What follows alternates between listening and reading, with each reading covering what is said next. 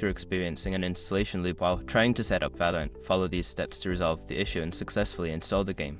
Step 1. Uninstall existing files. Go to your control panel and uninstall any existing Valorant or Riot Games files. This will help clear any corrupted files that may be causing the installation loop. Step 2. Clear temporary files. Press Windows +R to open the Run dialog. Type %temp% and hit Enter. Delete all files in the temp folder to remove any leftover temporary files that might interfere with the installation. Step 3. Download the latest installer. Visit the official Riot Games website and download the latest version of the Valorant installer. Ensure you are downloading the correct version for your operating system. Step 4. Run the installer as administrator. Right-click on the downloaded installer file and select Run as administrator. This will give the installer the necessary permissions to install the game without interruptions. Step 5. Check firewall and antivirus settings.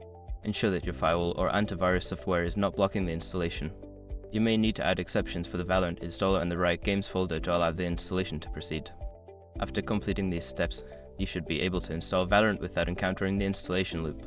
If issues persist, consider reaching out to Riot Games support for further assistance.